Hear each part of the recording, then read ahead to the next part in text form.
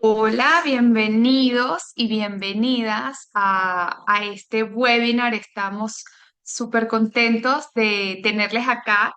Estamos comenzando a las 8, bueno, 8 en punto desde Ciudad de México. Por supuesto, esto está siendo transmitido en Zoom. Hay gente de todas partes del mundo y, y eso nos hace muy felices porque este es un proyecto muy bonito. Este fondo, este webinar justamente tiene que ver con el fondo Insights, o sea, de investigación con organizaciones lideradas por refugiados.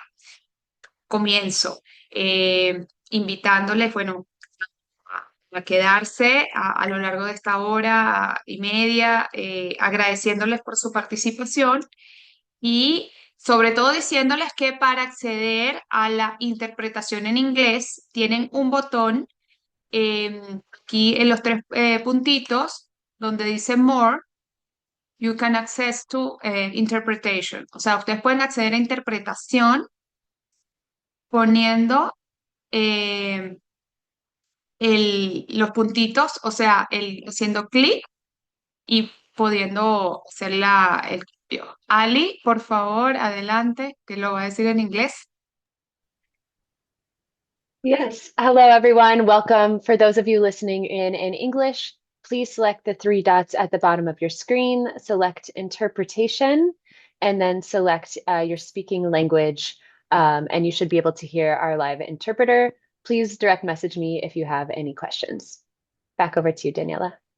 Excelente, gracias Ali. Bueno, súper contentos estamos aquí retomando. Gracias por acompañarnos en este espacio maravilloso con todas las RLOs del Fondo de Insights de Investigación, pues justamente de organizaciones lideradas por refugiados. Mi nombre es Daniela Segovia y hoy tengo el honor de guiar esta conversación sobre evidencia, liderazgo comunitario y autosuficiencia.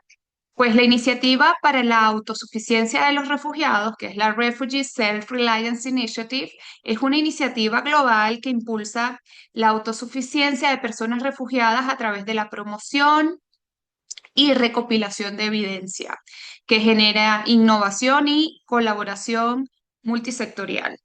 Sabemos que las personas refugiadas enfrentan múltiples barreras para alcanzar la autosuficiencia, además que sus voces están subrepresentadas en la investigación y en la generación de conocimiento. Y aquí uno se pregunta, ¿qué significa todo esto? Pues que mucha de la evidencia disponible no refleja plenamente las experiencias, no refleja las prioridades y las soluciones que realmente nacen desde las comunidades, que son los que conocen qué es lo que pasa y los que lo viven. Entonces, nuestro trabajo en RSRI, en la Iniciativa para la Autosuficiencia de los Refugiados, parte de una convicción sencilla y súper poderosa, que es que cuando las comunidades lideran, la evidencia se vuelve acción. En Colombia, esta convicción se ha traducido en alianzas profundas con organizaciones lideradas por personas refugiadas y migrantes, quienes no solo conocen las necesidades, sino también las soluciones. Entonces, este fondo nace con un propósito claro: apoyar a las organizaciones lideradas por personas refugiadas para generar conocimiento propio desde sus territorios, sus experiencias y sus prioridades. De este modo, pues este fondo abre un espacio para que estas organizaciones lideradas por personas refugiadas puedan investigar, documentar y proponer soluciones dentro de sus propios territorios. Entonces, cada proyecto que está aquí, que ha sido financiado, busca responder preguntas clave sobre la autosuficiencia. Busca también, pues, responder preguntas sobre derechos, gobernanza y redes comunitarias. Entonces, esto no solo financia actividades, este fondo financia voz, financia liderazgo y capacidad de incidencia. Y aquí me permito pasarle la palabra a mi colega Ali, por favor, para que nos hable un poquito, nos comente también este impacto a nivel global que tiene este tipo de iniciativas. Ali. Yes, thank you, Daniela, and welcome everyone. I am the Network Engagement Coordinator with the Refugee Self-Reliance Initiative. And I want to share that the RLO-led Insights Fund, what you're seeing today, is just one way that the RSRI is resourcing and uplifting refugee leadership when it comes to self-reliance research, programming, and advocacy. So we currently host a refugee leadership and RLO technical working group. We have also now co-created and convened RLO learning exchanges with partners in Kenya, Uganda, Ethiopia, and of course, Colombia. And we have an upcoming exchange and development for Southeast Asia later this year. You can find reports from all of these exchanges on the publications page on our website. So I just linked that in the chat. And really excited to be with the RLO-led Insights Fund today, which is an RSRI initiative to grow the refugee-led evidence base on refugee self-reliance, as well as to sustain and deepen partnerships with RLOs, building on our RLO learning exchanges across different contexts. So to foster leadership of those with lived experience, we also have begun hosting an annual research and partnerships coordinator. This is a fellowship position in collaboration with the Refugee-Led Research Hub.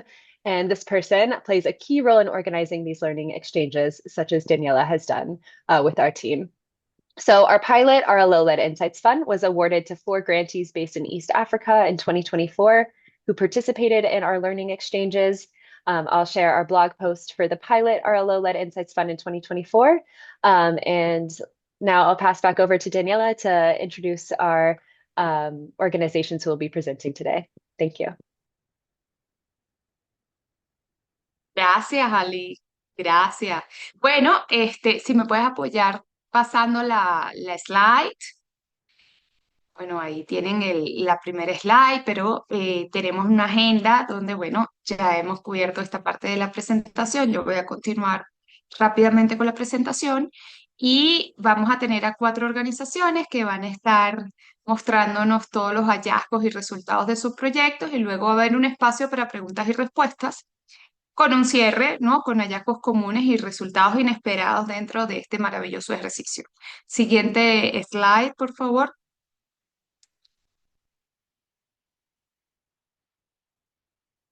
Donde está el mapa de las organizaciones que nos han venido acompañando. Bueno, para entender la riqueza de este trabajo, quiero mostrarles este mapa. Aquí es donde la autosuficiencia se está construyendo desde la comunidad, justamente, ¿no? Cada punto representa una organización, un liderazgo y una forma distinta de construir autosuficiencia. Tenemos a 4 organizaciones: Corvolven, Beniactiva en Bogotá, bueno, Asobenar y Lindes en Nariño, y la Asociación Salto Ángel en el norte, en Riohacha.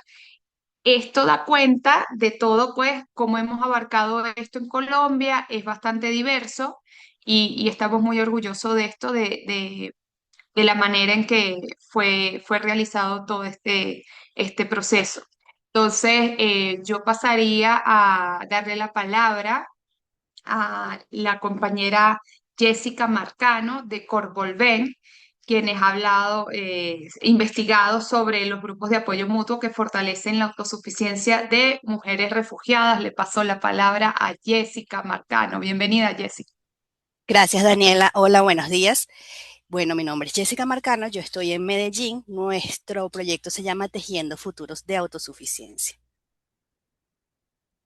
Por favor, la lámina siguiente.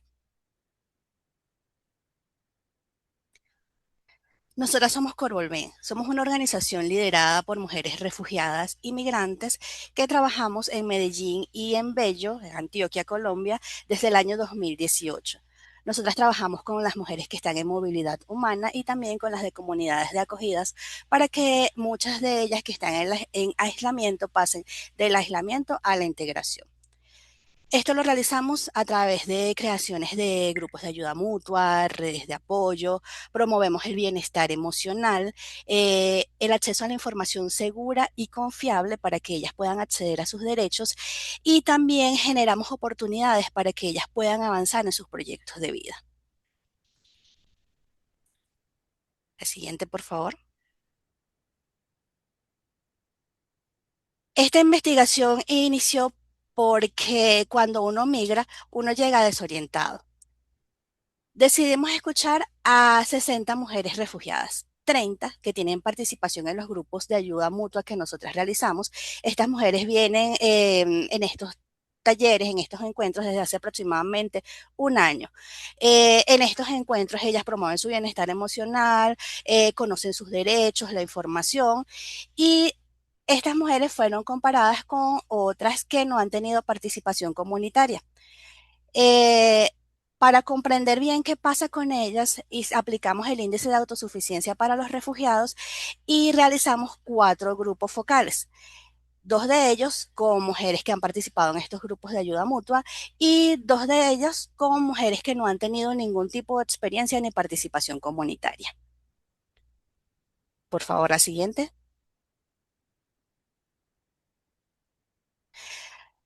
Uno de los primeros hallazgos que encontramos, o uno de los más grandes, fue que cuando una persona participa en estos grupos de ayuda mutua, identifica a alguien a quien acudir cuando necesita información u orientación. 29 de 30 mujeres identificaron a una persona a quien acudir cuando ellas se sienten solas o cuando necesitan preguntar o alguna orientación o alguna información. Esto baja a un 40%, 12 de 30 en las mujeres que no tienen participación comunitaria. Escuchándolas a ellas en los grupos focales, una de las participantes nos comentó que cuando tiene alguna duda o cuando no entiende, les pregunta a ellas, refiriéndose bien sea al equipo de Corvolven o a sus compañeras del grupo de ayuda mutua. Otro efecto que identificamos es que la información no se queda con estas mujeres. Ellas se vuelven replicadoras. El 93% de las que participan en los grupos de ayuda mutua afirmó que ellas se sienten capacitadas para acompañar u orientar a otras personas que vienen llegando en su proceso migratorio. Esto baja a un 37%, 11 de 30 mujeres de las que no han tenido participación comunitaria se sienten en capacidad para poder orientar a otra persona en el acceso a sus derechos o en la integración comunitaria. Esto nos demuestra que las redes comunitarias facilitan el acceso a la información y también fortalece el apoyo entre pares. La siguiente, por favor.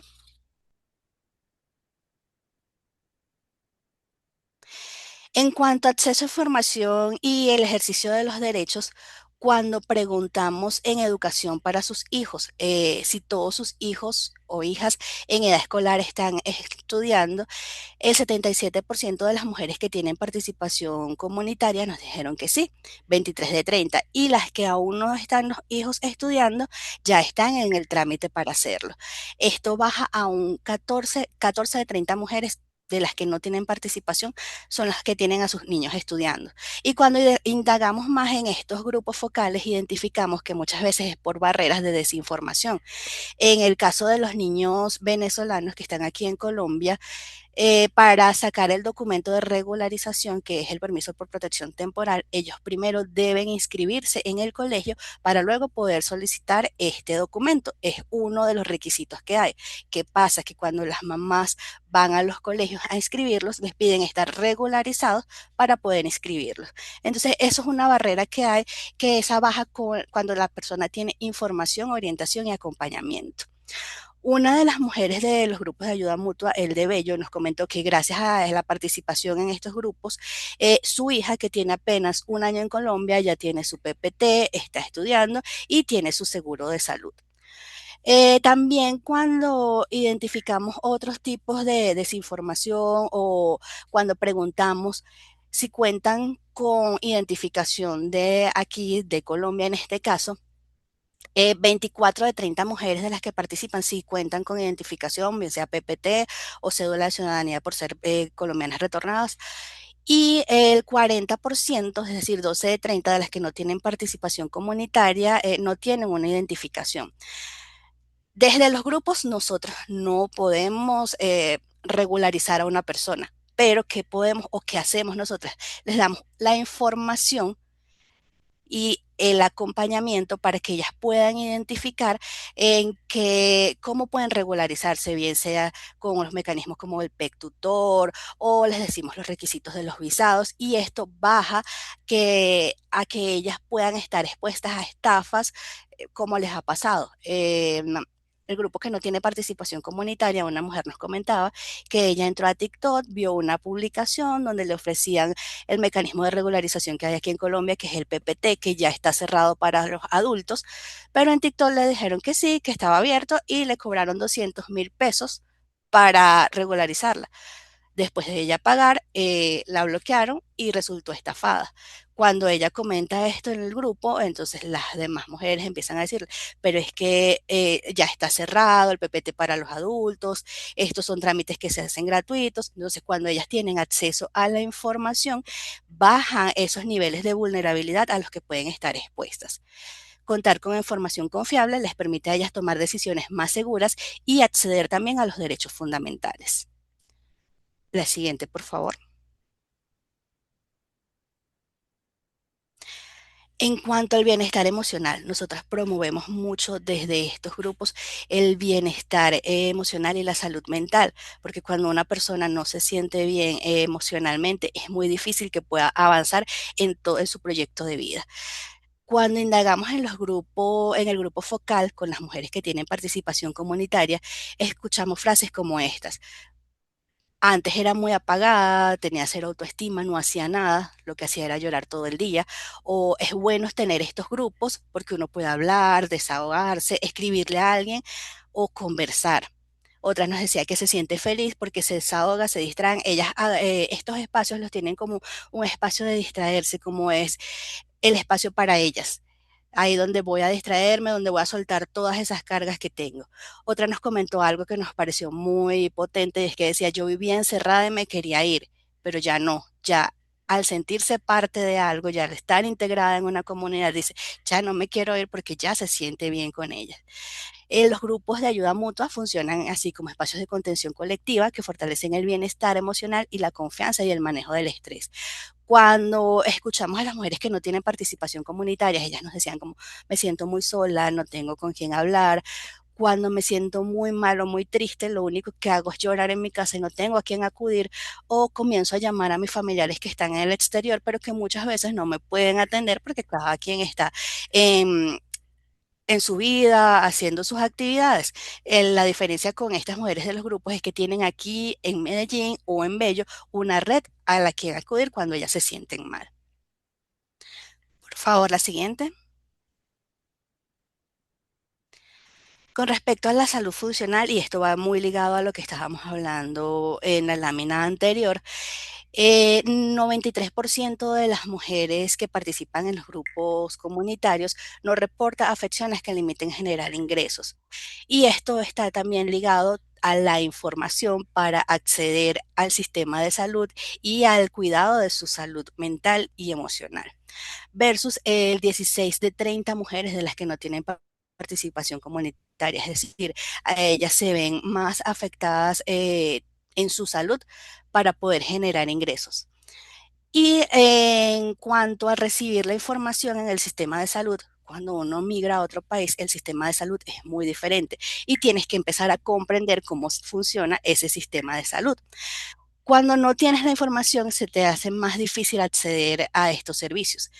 En las mujeres que tienen participación comunitaria, solo 2 de ellas no recibieron atención médica cuando la necesitaba.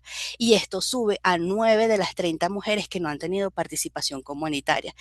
Por eso, esta participación comunitaria se asocia con mejores condiciones de salud funcional y también en el acceso a la orientación y a los derechos. La siguiente, por favor. Cuando hablamos de un empleo, de acceso al empleo a tiempo completo, el 43% de las mujeres que tienen participación comunitaria nos dijeron que sí, que tienen un empleo a tiempo completo, versus el 23% de las que no tienen participación en las redes comunitarias. ¿Qué notamos aquí? Que ninguno de los dos grupos pasa el 50%. Es decir, todavía es muy difícil para las mujeres refugiadas poder contar con un empleo formal a tiempo completo. Y esto hay dos variables que podemos decir que influyen aquí. La primera es la regularización migratoria. algunas de ellas no tienen regularización y por eso no pueden acceder a un empleo formal. Y la segunda es que en su mayoría son mujeres cuidadoras, son mujeres que están encargadas, bien sea del cuidado de sus hijos, de sus hogares, de personas con discapacidad, de adultos mayores, y esto les limita el tiempo para ellas poder ir a trabajar en un lugar a tiempo completo. Que identificamos también que muchas de estas mujeres identificaron ideas de negocios y comenzaron con un emprendimiento para realizarlo desde su casa, lo que les permite a ellas generar autonomía económica, un ingreso para ellas y también estar al cuidado de sus familias y de sus hogares. Hay una historia muy bonita que es la de Maikeli, que ella comenzó a montar un negocio en su casa.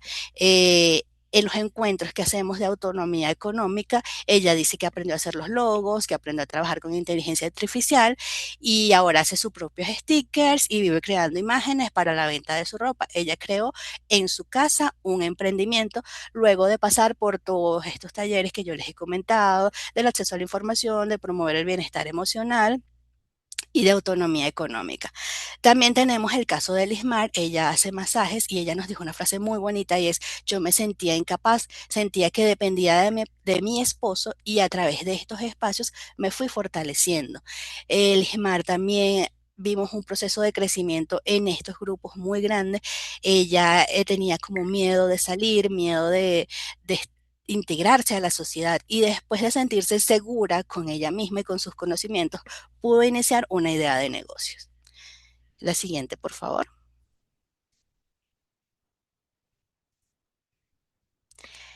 ¿Qué aprendimos? Que la autosuficiencia comienza cuando una persona recupera la confianza, accede a información confiable y encuentra una red que la acompaña para seguir adelante.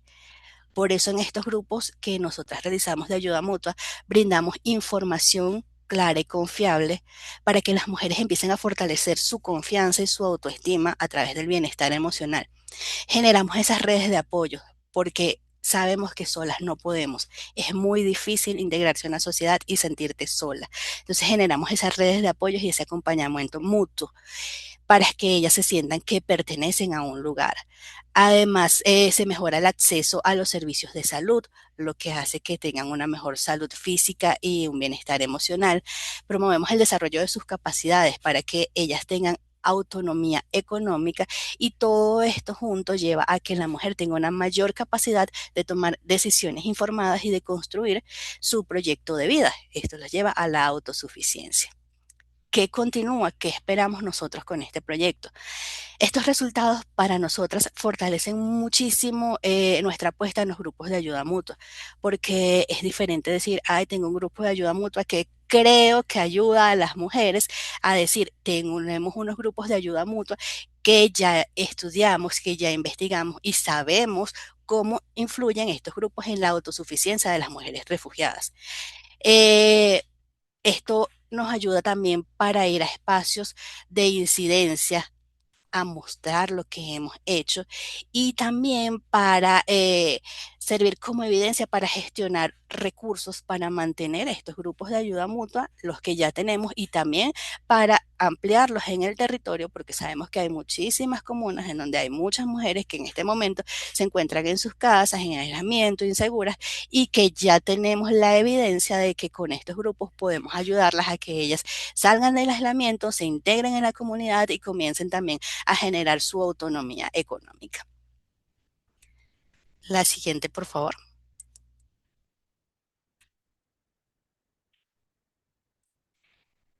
Identificamos que cada historia que nos comparten estas mujeres es un hilo que ayuda a comprender cómo se teje la autosuficiencia. Les voy a dejar parte de un video que forma parte de este proyecto de investigación.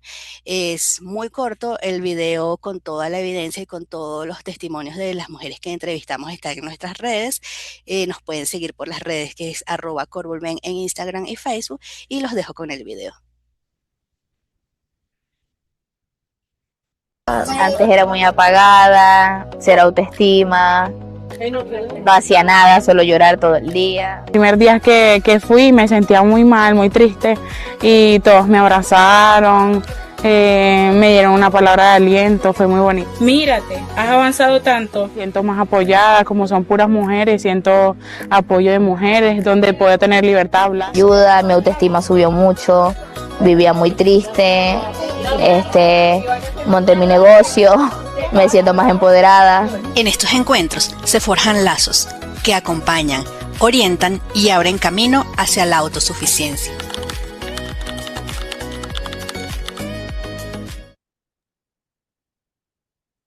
Muchas gracias. Gracias a ti, Jessica, de Corpolven, por mostrarnos justamente cómo el apoyo mutuo se convierte en una herramienta concreta de autosuficiencia para mujeres refugiadas. Muchas gracias a ti por esta maravillosa presentación. Nos vamos a Bogotá, entonces con Beniactiva, con Guillermo Miguelena, hablándonos de Beniactiva y del proceso y del proyecto en Bogotá, el Pentágono de Inclusión. Adelante, Guillermo.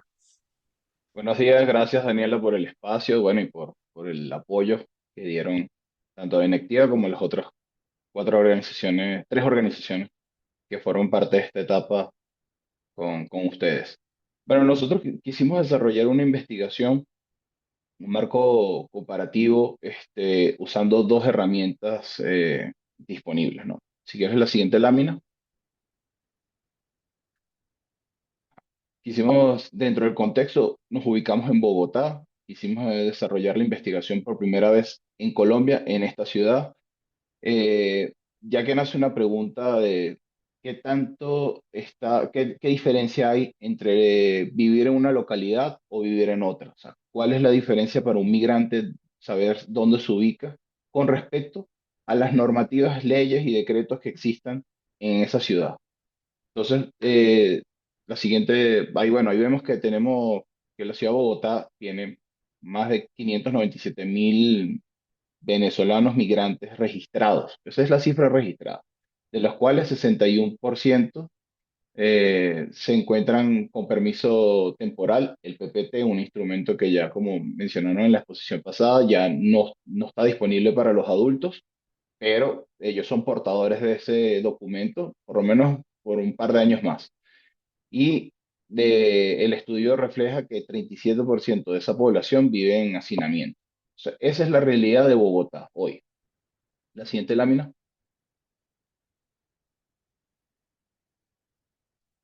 Bueno, ahí vuelve a surgir, o sea, la pregunta concreta es, ¿qué afecta el dónde vives o qué localidad te ubicas como migrante? Entonces, ahí quisimos desarrollar esa investigación con dos instrumentos disponibles o dos herramientas disponibles. La primera, sí que yo creo que la siguiente lámina nos puede ubicar mejor. La primera es con el Pentágono de Inclusión. Eso es un instrumento que desarrollamos en Beneactiva Perú y que ya allá lo pusimos en marcha y esta vez lo quisimos desarrollar aquí en Bogotá, pero con el Index de Refugee Self-Reliance, que nos ayudaría a ubicar mejor cómo se encuentra cada una de estas situaciones y dentro de los marcos normativos para el migrante. Entonces, ese ejercicio comparativo podemos explicar en qué consiste el Pentágono. El Pentágono de Inclusión es un marco analítico desarrollado por Benactiva, su nombre describe rápidamente, que cuenta con 5 dimensiones. Esas 5 dimensiones van a evaluar al gobierno local para saber si remueve o no las barreras que impiden que un migrante se desarrolle o sea autosuficiente. Entonces, esas barreras son reconocimiento normativo, inclusión económica, cohesión social, seguridad y protección y articulación de servicios. Dentro de esto, quisimos desarrollarlo analizando tres pilares, porque era más fácil para la investigación describir las tres etapas de gobierno que hay dentro de la ciudad. El pilar A sería el marco normativo, todo lo que completa el Consejo de Bogotá y la Alcaldía Mayor. El pilar B, que son los planes sectoriales, las secretarías que cuentan y que trabajan horizontalmente sobre el tema migrante o de la población migrante. Y el pilar C, que serían los planes de desarrollo local, las alcaldías locales que componen la alcaldía mayor.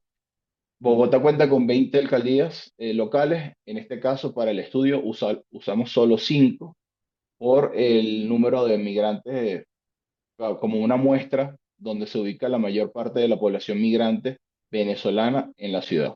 La siguiente lámina.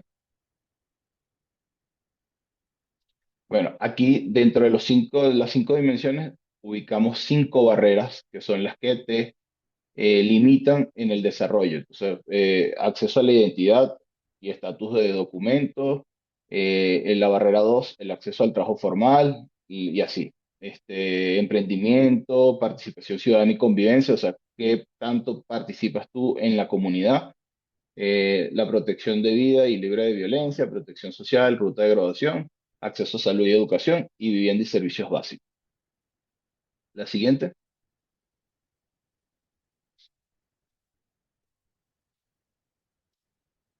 Entonces, bueno, de estos 3 niveles, quisimos ubicarlos, como les comenté, el ejercicio lo desarrollamos comparando las localidades de Kennedy, Suba, Engativá, Bosa y Ciudad Bolívar, porque fue donde más ubicamos la población migrante venezolana. Entonces eso nos iba a ayudar como un ejemplo a escala de lo que íbamos a encontrar en la investigación. Siguiente. Entonces, bueno, se me pasó comentar, bueno, el Self-Reliant Index nos iba a ayudar a medir qué tan cerca están los hogares migrantes de valerse por sí mismos.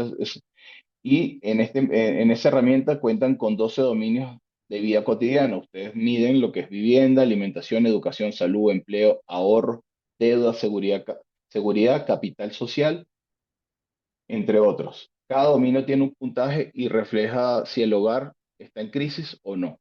Ese proceso de estabilización en camino hacia la autosuficiencia sostenida ayuda a ubicar en qué porcentaje se encuentra la población migrante con respecto al desarrollo dentro de sus posibilidades. Entonces, con el uso de estas 2 herramientas, con el índice de ARSI y con el Pentágono, quisimos ponderar y darle una puntuación a cada una de las localidades y las alcaldías locales en Bogotá para así encontrar un baremo.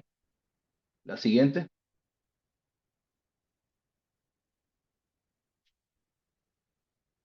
Ok. Aquí todavía, bueno, nosotros, debo ser sinceros, la investigación no la hemos culminado.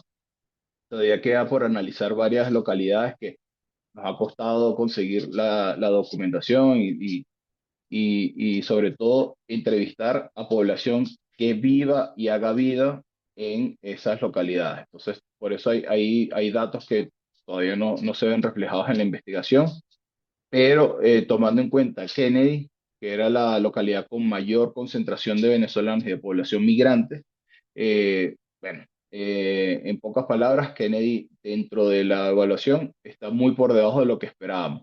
En la lámina anterior aparecía la cifra que estaba cerca del 1,27 sobre 2 en el ranking que nosotros habíamos desarrollado. Entonces, ¿cuál es el objetivo en adelante para la investigación? Es ubicar a las autoridades de la localidad, mostrarles el estudio y identificar cuáles han sido las fallas en donde las autoridades no han podido eliminar o ayudar a eliminar las barreras que dificultan que un migrante o una familia migrante pueda desarrollarse en la localidad. Siguiente lámina.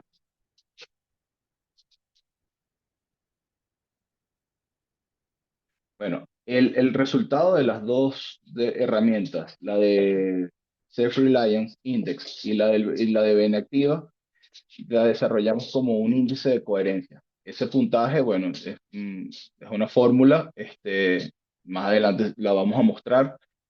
Ahí identifica, por lo menos en el caso de Kennedy, en la gestión migratoria, o sea, lo vamos ubicando por barreras dentro de vivienda, identidad, emprendimiento. Cada uno se le va dando un puntaje que luego se suma y se divide y nos da el ranking. La siguiente.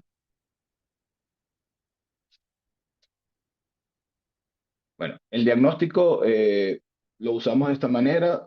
Desarrollamos esta investigación analizando más de 50 documentos oficiales que comprenden normativas, leyes, decretos que analizan en cuanto a cuánto mencionan a la población migrante y cuáles son los beneficios que se le dan y cómo se desarrollan legalmente. Uno de los ejemplos que conseguíamos muy común era que en el decreto mencionaban toda la población es sujeta a tal beneficio y cuando el migrante acudía a la localidad para asistir a ese beneficio, en la planilla, en el formulario de inscripción, le pedían cédula de ciudadanía. Entonces ya ahí choca entre lo que dice el decreto, que es amplio o general, y lo que en la norma o en la práctica se desarrolla, que empieza a haber una exclusión porque te limita con un documento de identidad o con algo en específico. Entonces ahí empezamos a desarrollar la investigación y a ponderar y evaluar cada una de estos normativas o decretos que se han dado y cómo se llevan en la práctica. El siguiente. Entonces, ¿cuáles son los siguientes pasos en la investigación? Nosotros, bueno, lo denominamos como recomendaciones claves. La idea es hacer una segunda visita a las autoridades y explicarles e identificar en dónde hay las fallas. Entonces, en el caso del Consejo y en la Alcaldía Mayor, ellos tienen como un marco ejemplo que se enorgullecen de haberlo creado, que es el decreto 600 del 2023 que engloba y trabaja directamente con la población migrante, pero en cuando se quiere llevar a la práctica y cuando baja a las localidades, es que no hay una interpretación correcta de cómo llevarlo a la práctica. Entonces ahí el Consejo Municipal y la Alcaldía Mayor deben hacer un esfuerzo con las localidades. En cuanto a las secretarías distritales, es diseñar esta ruta de graduación, que es en la barrera 6. Ese mecanismo nos debería ayudar a que la población y las familias migrantes puedan desarrollarse dentro de la comunidad. Y con respecto a las alcaldías, es igual hacer un trabajo de, de comunicación que no depende tanto de nosotros, sí de hacer una incidencia como organización, pero enfocada en que la alcaldía mayor pueda permear sus políticas hacia las localidades locales. Siguiente.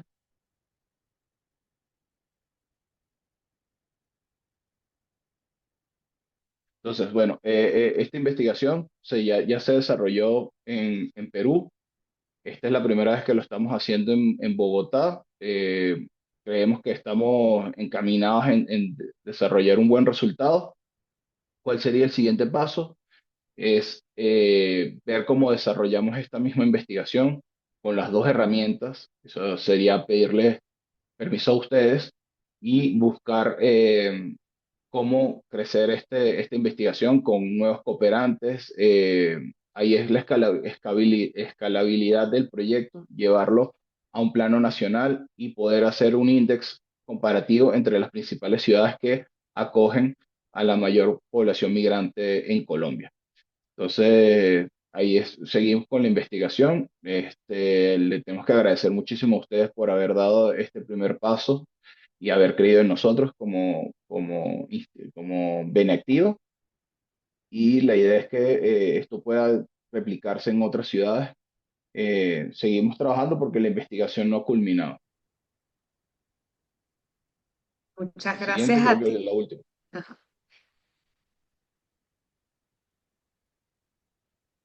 Y bueno, ahí está. La autosuficiencia no depende solamente de las personas. Básicamente, la mayor parte de la carga cae en las instituciones. Eso es algo que nos ha venido arrojando tanto en la investigación en Perú como en Colombia. Y ahí es donde tenemos que hacer el hincapié para que las autoridades comprendan eso y se comprometan en ayudar a que la población migrante se encuentre mejor y se pueda desarrollar libremente en la ciudad acogida. O sea, muchas gracias. Gracias a ti, Guillermo, y justamente pues este ejercicio que nos has mostrado, gracias por compartirnos estos hallazgos y hablarnos del índice de autosuficiencia y bueno, excelente ejemplo desde la capital de Colombia. Bueno, de Bogotá pasamos a Pasto, Nariño, con Asobenar y Lindes, y nos van a estar acompañando Carmen Moncada y Jocelyn Reyes con su proyecto. Gracias, adelante.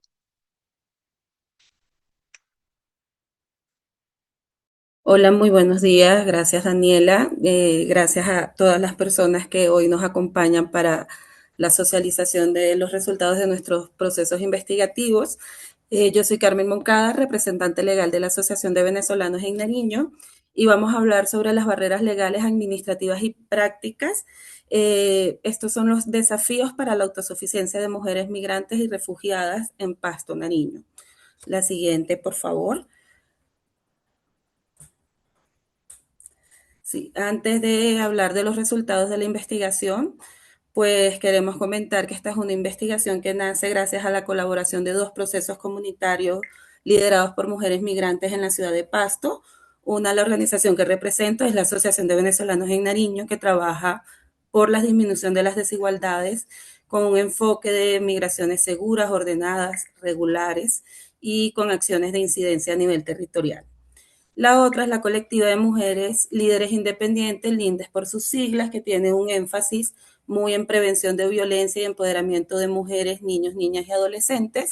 Las dos organizaciones realizamos un trabajo bien estructurado con movilidad humana principalmente. Queremos resaltar el principal aprendizaje de nuestra investigación es cómo las redes de colaboración y trabajo conjunto aumenta el impacto. La articulación fortalece la protección de los derechos, amplía las capacidades comunitarias y genera respuestas más efectivas frente a las barreras que enfrentan las mujeres migrantes y refugiadas acá en la ciudad de Pasto. Siguiente, por favor. ¿Cuál era el propósito de nuestro estudio?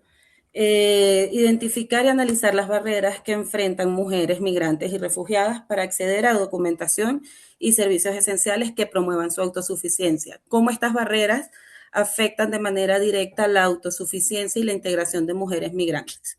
Identificamos o alcanzamos a categorizar que hay algunas barreras legales asociadas a todo el tema de regularización migratoria, barreras administrativas que vienen muy ligadas con todos estos procesos binacionales de apostilla, de convalidaciones de títulos, barreras prácticas, que hay desinformación, costos, distancias. La ciudad de Pasto no cuenta con oficinas consulares y la más cercana que tenemos queda en Bogotá.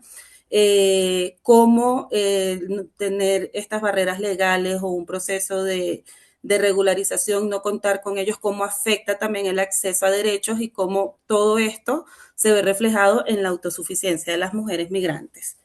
La siguiente, por favor.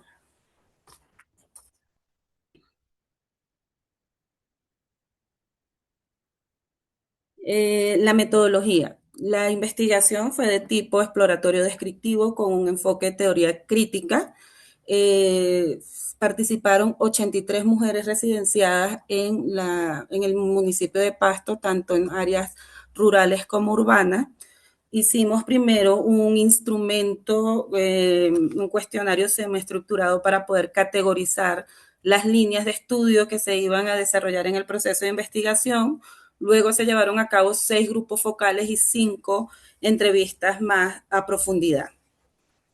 Participaron principalmente mujeres migrantes y refugiadas venezolanas, pero también hubo una participación de colombo-venezolanas, incluso mujeres que han sido afectadas por una migración interna en el marco del conflicto armado. La siguiente, por favor. Bueno, y aquí empieza como la principal discusión o el hallazgo más fuerte con la investigación que tenemos, que nosotros lo denominamos como barreras encadenadas, un sistema de exclusión. Como les comentaba hace rato, cuando encontramos barreras documentales para regularizarnos. La regularización no es solo un trámite administrativo, sino que termina siendo una condición habilitante para el ejercicio de otros derechos fundamentales. Cuando una mujer enfrenta barreras documentales, se afecta inmediatamente su autosuficiencia. Aquí vemos en el esquema como en el acceso a salud hay tiempos extremos si no estamos regularizadas, educación también se afecta, la capacidad de profesionalización o de adquirir conocimiento. En empleo se dedica mucho al trabajo informal, hay una desprofesionalización y como una invisibilización de los saberes y las experiencias previas de las mujeres al presentarse todo este sistema de barreras administrativas también. En protección social, pues hay barreras de acceso a justicia, a protección, exclusión de los programas sociales, lo cual produce una mayor vulnerabilidad afectando la integración social. Entonces hay una autosuficiencia limitada, hay dependencias económicas, precariedad laboral. Este es como el principal hallazgo de los grupos focales que realizamos con las mujeres. Siguiente, por favor. Sí, yo sé. Bueno, compañeras y compañeros, mi nombre es Jocelyn Reyes, sí, yo sigo con la presentación. Un poco las barreras identificadas pueden agruparse en tres categorías, básicamente. Las barreras legales, que están relacionadas con la regularización y documentación. Las barreras administrativas, que también están asociadas a trámites, a homologaciones y convalidaciones de títulos profesionales. Y las barreras prácticas, que están vinculadas con costos económicos, faltas de información, movilidad y responsabilidades del cuidado. Lo relevante es que estas barreras se acumulan, ¿no? Y terminan profundizando la exclusión de estas mujeres. La próxima, por favor.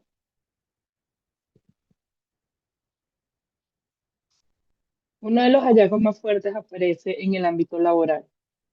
Muchas de las mujeres llegaron con experiencias profesionales, formación técnica o universitaria y sus expectativas de reconstruir su proyecto de vida. Sin embargo, las dificultades para homologar, digamos, los títulos, acceder a empleo formal y superar prácticas discriminatorias generan un proceso de profesionalización. También vimos, digamos, que la xenofobia apareció de manera transversal en todos los relatos de las mujeres refugiadas y migrantes. Las participantes reportaron discriminación en procesos de contratación laboral, estigmatización y condiciones laborales precarias. Por eso concluimos que la integración económica frecuentemente ocurre por vías informales y en condiciones de subordinación. La siguiente, por favor.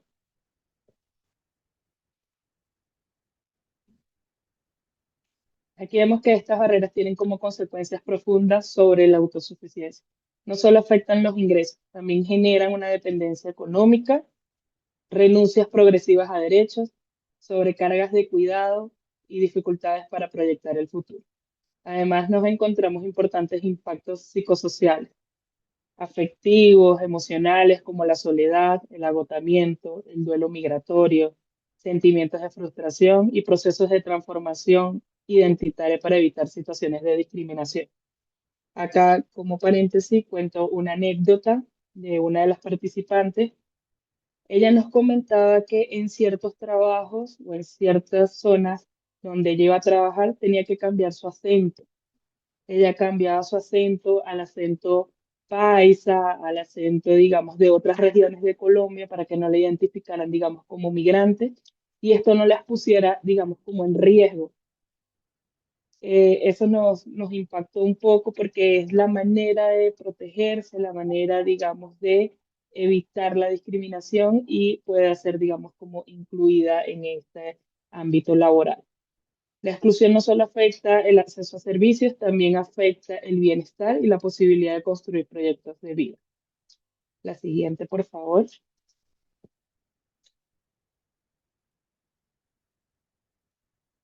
Pues aquí vemos que entre la promesa de la integración y la insistencia de las barreras estructurales. La investigación evidencia una tensión importante. Por un lado, Colombia ha desarrollado instrumentos importantes como lo que es el Estatuto Temporal de Protección, que es la Ley 2136 y el COMPE 4100. Por otro lado, vemos que las experiencias de las participantes muestran que persisten las barreras significativas en el acceso efectivo a derechos. Por eso proponemos que muchas mujeres experimentan una integración adaptativa, logran permanecer y sobrevivir en el territorio, pero bajo condiciones marcadas por la precariedad y la desigualdad. La siguiente, por favor. Bueno, acá vamos, digamos, un poco como con las conclusiones y las recomendaciones de la investigación. Entre las primeras conclusiones destacamos que las barreras funcionan de manera interdependiente y que la regularización, aunque es necesaria, resulta insuficiente para garantizar inclusión efectiva. También observamos que las mujeres enfrentan desigualdades acumuladas derivadas de la interacción entre género, migración, cuidado y la situación socioeconómica. Por ello, recomendamos fortalecer la implementación territorial de la política migratoria, agilizar los procesos de reconocimiento de títulos profesionales y saberes, promover también el empleo digno e incorporar enfoques de cuidado y fortalecer la atención psicosocial. La siguiente. La siguiente diapositiva, por favor. Gracias. La red de colaboración Semilla de Inclusión y Derecho.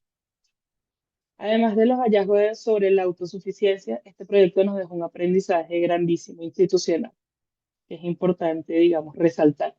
Cuando las organizaciones lideradas por personas migrantes y refugiadas articulan capacidades, experiencias y liderazgos comunitarios, es posible producir evidencias rigurosas, relevantes y con potencial real de incidencia. La experiencia de articulación entre Asobenar y Lindes demuestra que el trabajo colaborativo también fortalece las respuestas comunitarias y contribuye a la protección efectiva de los derechos. Esperamos que estos resultados aporten a la construcción de políticas, programas y acciones que permitan avanzar hacia una integración más justa, inclusiva y digna para las mujeres migrantes y refugiadas. Muchas gracias a todos y a todas.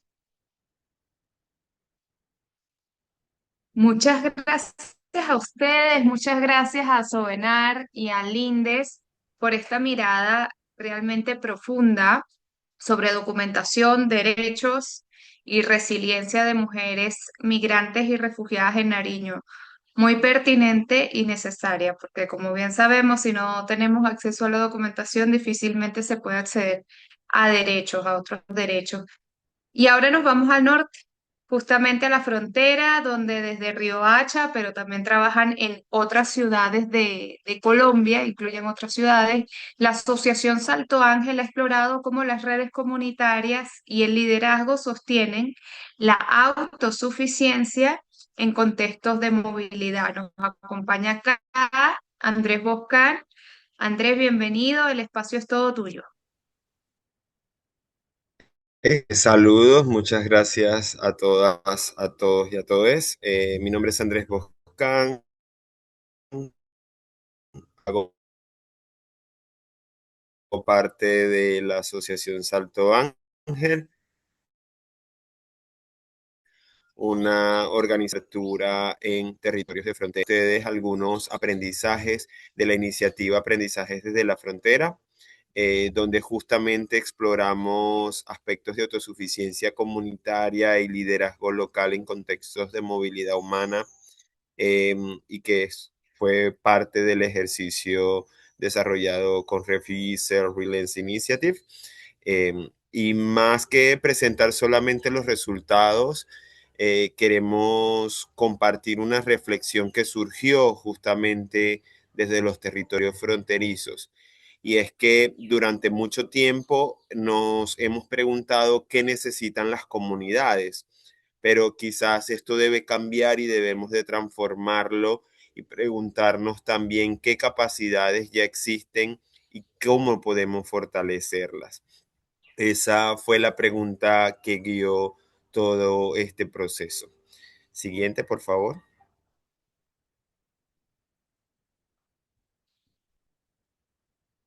Salto Ángel nace desde la experiencia misma de la movilidad humana.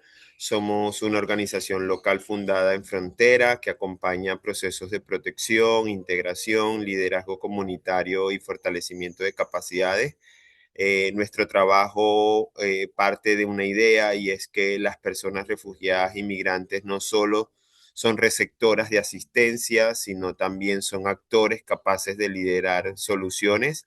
Y desde esa mirada hemos trabajado con comunidades, organizaciones locales y liderazgos territoriales para promover respuestas más participativas y sostenibles.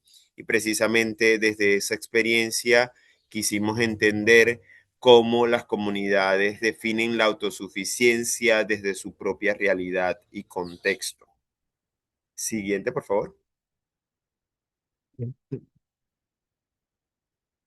En los últimos años, la movilidad humana en Colombia ha sido entendida principalmente desde las necesidades: acceso a servicios, protección, asistencia inmediata.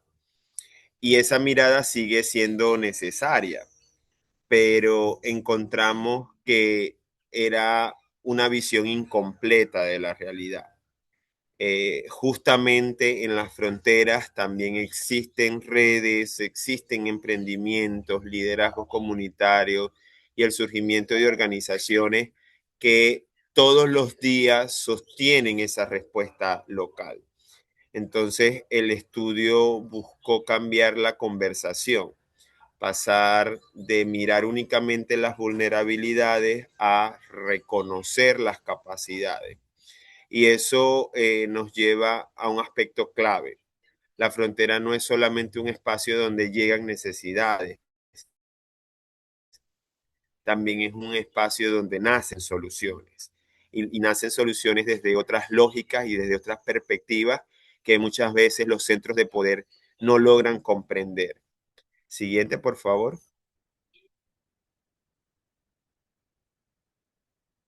Nuestra metodología fue desarrollada bajo un proceso participativo en 5 territorios en Colombia: Arauca, Cúcuta, La Guajira, la región del Golfo del Urabá, cerca de la frontera con Panamá, y el corredor entre Pasto e Ipiales.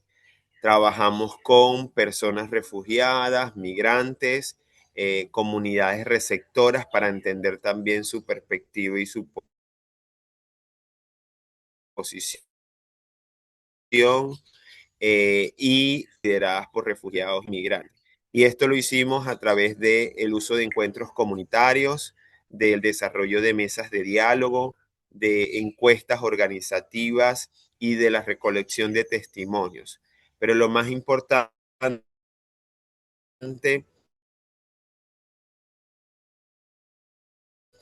fue analizar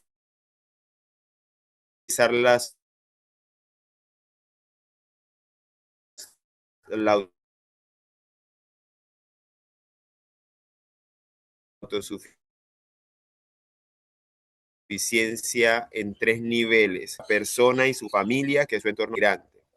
Porque creo que a lo largo de toda esta sesión lo hemos entendido: la autosuficiencia no se construye solo, se construye en red. Siguiente, por favor.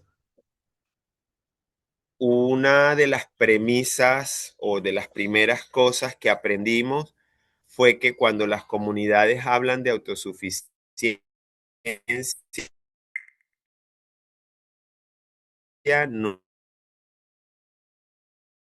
hablan únicamente de la estabilidad, hablan de sentirse parte de ese entorno y ese contexto o ese sistema en donde residen, de poder sostener a sus familias, de recuperar ese proyecto de vida que queda en un sueño, en un anhelo, y que muchas veces vieron truncado desde su lugar de origen. Y sobre todo, cómo los ingresos sí son parte de la ecuación cuando hablamos de autosuficiencia. Y para muchas personas la autosuficiencia significa justamente volver a tener el control de su gente a su vida. Siguiente, por favor. En todos los territorios encontramos algo común. Las comunidades ya habían desarrollado estrategias antes de que llegaran muchas respuestas externas. Encontramos mujeres liderando redes de apoyo, jóvenes impulsando iniciativas, personas creando emprendimientos y las organizaciones locales acompañando esos procesos comunitarios. Esto nos dejó un aprendizaje importante. Muchas soluciones no necesitan ser creadas desde cero, ya existen en los territorios y lo que es importante es darles ese reconocimiento, conectarlas entre sí y generar las inversiones necesarias para que el proceso continúe y se siga dando de la mejor manera. Siguiente, por favor. Otro hallazgo clave fue el rol de las organizaciones lideradas por refugiados y migrantes. Las organizaciones cumplen una función que muchas veces no aparece en indicadores tradicionales. Son quienes generan confianza frente a los procesos y a las políticas públicas que se imprimen en el país, traducen esas políticas públicas a un lenguaje donde las comunidades pueden entenderlo y mitigan los riesgos y los impactos a nivel de discriminación, xenofobia, exclusión. Identifican esos riesgos de manera temprana, llegan donde otros actores, tanto institucionales como organizaciones internacionales, difícilmente tienen acceso o se les dificulta mucho llegar. De hecho, muchas de estas organizaciones operan en contextos de conflicto armado y manejan un nivel de confianza con grupos armados no gubernamentales y eso les permite poder llegar a las comunidades, atender sus necesidades y brindar protección por presencia. Funcionan como un puente entre las comunidades, la institucionalidad y esas soluciones que se generan en los territorios. Y hay una paradoja bastante interesante en esto, y es que muchos de los actores con mayor legitimidad territorial siguen teniendo menor acceso a financiamiento y a espacios reales de decisión y de coordinación. Entonces la localización cobra vida en esto porque no puede ser solo un tema de acercamiento a servicios en el territorio, debe ser reconocer a quienes ya están liderando los procesos, a quienes ya están brindando atención e incorporarlos dentro del sistema y las estructuras para la toma de decisiones. Siguiente, por favor. En este hallazgo número 4 es quizás uno de los aprendizajes más importantes. Existe un riesgo de interpretar autosuficiencia como que las personas ya lo pueden hacer solo. De hecho, el concepto de autosuficiencia ya viene con una carga del neoliberalismo frente a el Estado con la menor intervención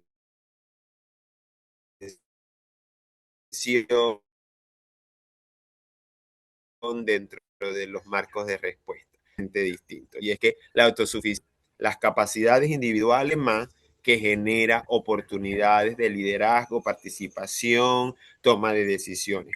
Por eso no hablamos de menos apoyo, sino de mejorar las inversiones que se necesitan hacer en los territorios vulnerables, alejados o dispersos de los centros de poder. Entonces, la autosuficiencia no es retirar ese acompañamiento, es justamente invertir estratégicamente para que las capacidades puedan crecer y sostenerse a lo largo del tiempo.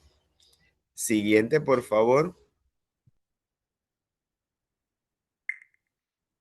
Acá tenemos un video que nos permite conocer los testimonios y las voces de quienes hicieron parte de esta iniciativa.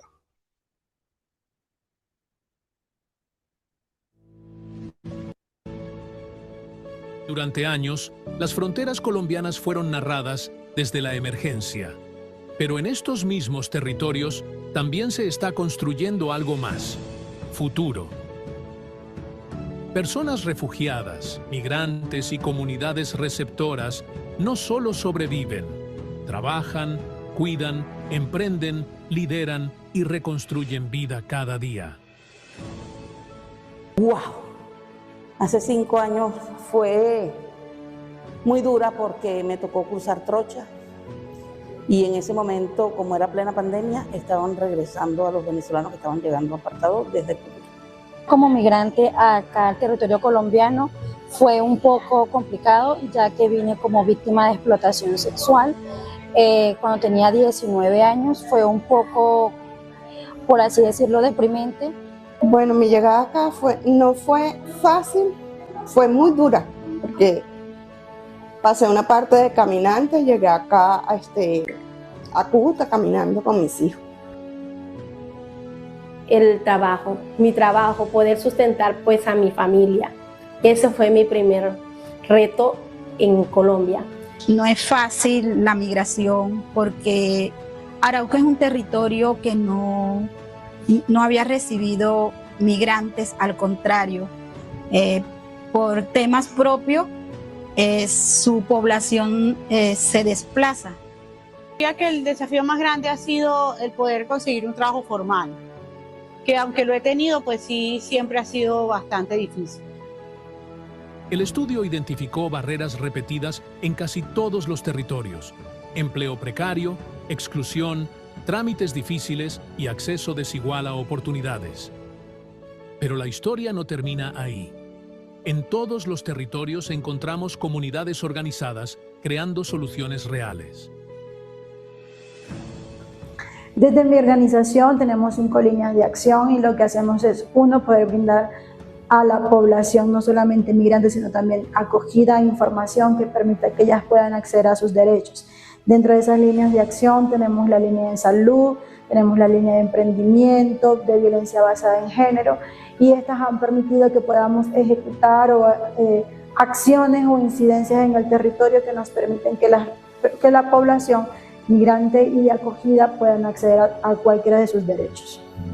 Trabajamos por los derechos, el acceso a derechos de los venezolanos sin regularización, con temas de salud, educación, regularización, damos capacitaciones, talleres, empoderamos, llevamos organizaciones que den emprendimiento a las mujeres, a la gente de la comunidad. Articulamos con organizaciones porque hay un tema de financiamiento, entonces articulamos y gestionamos. Fortalecemos su parte emocional con todos los talleres que damos de crecimiento personal. ¿Por qué?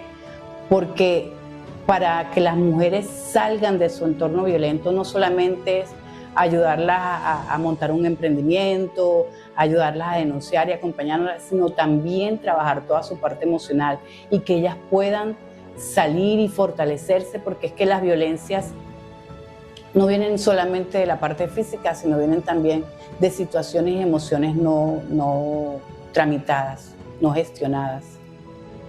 Las comunidades no piden dependencia, piden herramientas, reconocimiento y reglas justas para avanzar. Más espacios de integración, porque los hay, pero necesitamos más. Necesitamos oportunidades, tanto de empleo, de emprendimiento, y necesitamos ayuda de personas que quieran aportar para el fortalecimiento, más que todo, de los jóvenes de nuestra comunidad. Enfoquen en elaboración de políticas que nos permitan a nosotros como población ser parte de la dinámica económica en la comunidad. Allí donde muchos ven crisis, también hay capacidad. Allí donde se habla de frontera, también se construye futuro.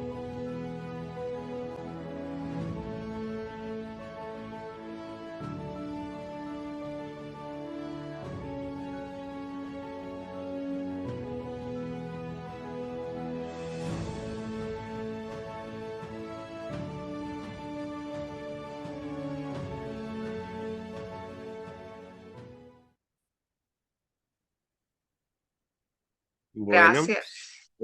con este estudio justamente no buscamos solamente tener un documento, buscamos abrir conversaciones sobre cómo diseñamos políticas públicas, cómo generamos respuestas centradas en las personas y justamente cómo reconocemos el liderazgo femenino frente a los procesos de construcción de comunidad.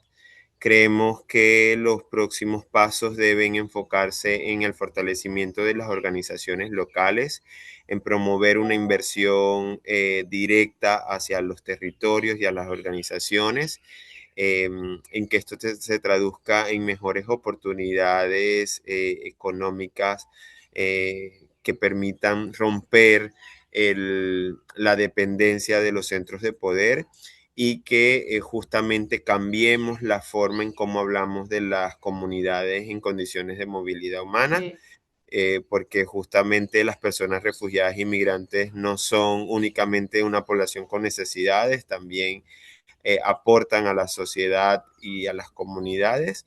Y en ese proceso creo que las fronteras colombianas tienen mucho por enseñar y mostrar al mundo. Y ya las capacidades existen y lo que tenemos es que fortalecerlas. Muchas gracias. Gracias. Gracias a ti, Andrés, muy fuerte esos testimonios. Gracias a la Asociación Salto Ángel desde Riohacha por mostrarnos cómo la autosuficiencia se construye desde la organización comunitaria como motor.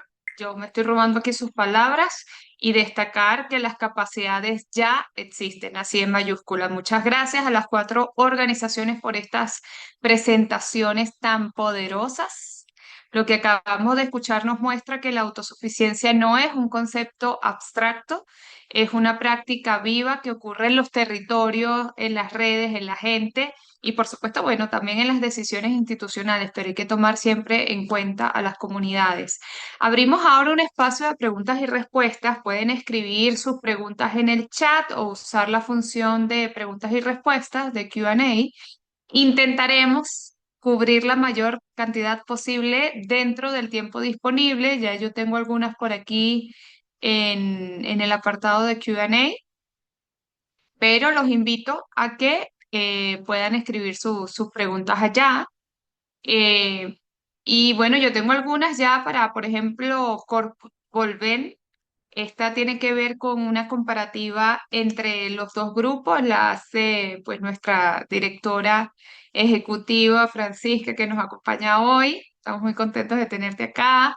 Y nos preguntan más o menos, va en esta línea en la comparativa con los dos grupos, si ustedes observaron al final que el grupo de tratamiento o intervención obtuvo una puntuación pues más alta en esa escala de Self-Reliance Index de autosuficiencia que el grupo de control y si tienen intención de seguir evaluando el grupo de intervención tras este ejercicio. Jessica. Hola, sí, nosotras observamos una puntuación promedio más alta entre las mujeres que participan en los grupos de ayuda mutua y las que no participan. En promedio las del GAN están en 4.24, mientras que el grupo en comparación está en 3.79. Encontramos hallazgos especialmente en redes de apoyo, acceso a información y documentación. Y con respecto a la otra pregunta, sí nos gustaría continuar con la evaluación. De hecho, este grupo que fue evaluado, cuando ellas iniciaron el proceso, nosotros les aplicamos una encuesta base y al año posteriormente, ya que ellas tenían, les aplicamos el índice de autosuficiencia. Nos gustaría ya al pasar algunos meses volverles a aplicar este índice y como aprendizaje también para los próximos grupos, cuando vayan a iniciar, aplicar de el principio el índice de autosuficiencia para cuando lo volvamos a aplicar al pasar el tiempo podamos tener una medición mucho más exacta de lo que tuvimos en este momento. Buenísimo. Gracias, Jessica. Bueno, aquí tenemos otra pregunta para Beniactiva. Esta viene de Ned, de parte del equipo de RSRI. Ned lidera el Self-Reliance Index, o sea, el índice de autosuficiencia, ya venía activa. Le pregunta si, bueno, ya han mencionado las actividades tanto en Perú como en Colombia, si adoptan un enfoque similar en Perú al que siguen en Colombia y en caso de ser así, si disponen de resultados de este índice en Perú comparables a los de Colombia. Adelante, Guille. Hola, Danet, ¿cómo estás? Bueno, nosotros tenemos el resultado de Perú, o sea, lo hicimos, tenemos hasta una publicación, te la podemos hacer llegar por PDF, que fue financiada por la Konrad Adenauer, entonces la tenemos disponible. Y hasta los momentos no tenemos material suficiente para hacer la comparativa con, en el caso de Perú fueron 5 localidades, o sea, 5 regiones, y en Bogotá apenas estamos trabajando con una ciudad dentro de esa ciudad con 5 localidades o gobiernos locales. Entonces, bueno, quisiéramos tener un poco más del estudio a nivel nacional para hacer la comparativa de coherencia normativa entre un país y el otro. Pero sí, es un proyecto que puede crecer y que puede seguir desarrollándose. Perfecto, Guillermo. Aquí tenemos otra para ti, Guillermo, de parte de Francisca, nuestra directora ejecutiva. Ella pregunta sobre sus planes para compartir los resultados con las autoridades locales de Kennedy y otros actores y pues nos gustaría saber más sobre esas oportunidades de incidencia en políticas públicas y cómo Activa cree que los hallazgos podrían influir en estas políticas y en su implementación. Si creen que podrían acompañar a las autoridades en el desarrollo del enfoque de graduación que mencionaron y si existen lecciones aprendidas de la experiencia en Perú que sean aplicables en términos de incidencia. Ella también lo puso ahí en el chat de Q&A, responde a la pregunta de Guillermo sobre el permiso para el uso del índice. La respuesta es sí.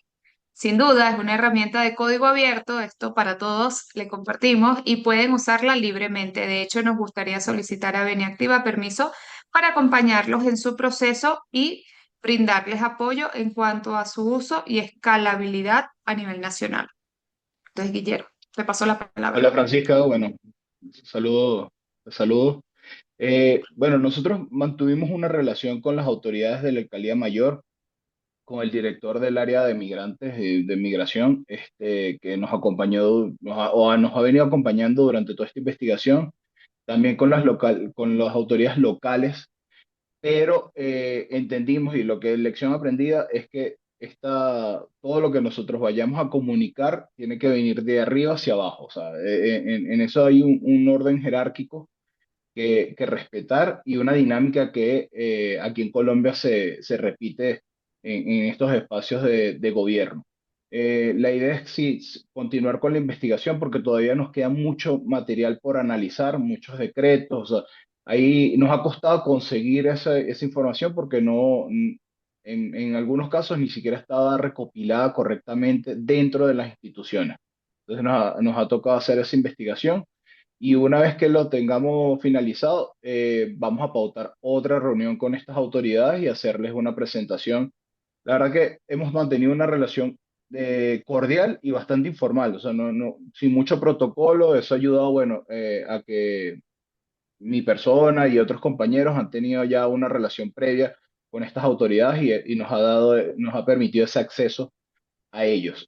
La verdad que recibieron la investigación con mucha apertura, con agrado, porque no refleja una crítica dentro de su gestión, sino más bien detectan fallas estructurales que vienen arrastrando de gestiones pasadas. Entonces lo asumieron de manera correcta y fueron muy amplios en la recepción de lo que nosotros le hemos venido comunicando. Entonces esperemos que eso se mantenga y la idea es que Bogotá sea para Colombia un ejemplo y luego podamos replicarlo en otro. Y con la información de que vamos a poder usar el índice de ustedes, lo agradecemos y esperemos, bueno, tocar otras puertas con cooperantes y donantes a ver de dónde conseguimos los fondos para escalar este proyecto. Excelente, me encanta, Guille. Bueno, tenemos otra pregunta también por acá de Coralia Vázquez. Ella nos pregunta, ¿cómo haríamos si queremos formar parte de una de estas investigaciones?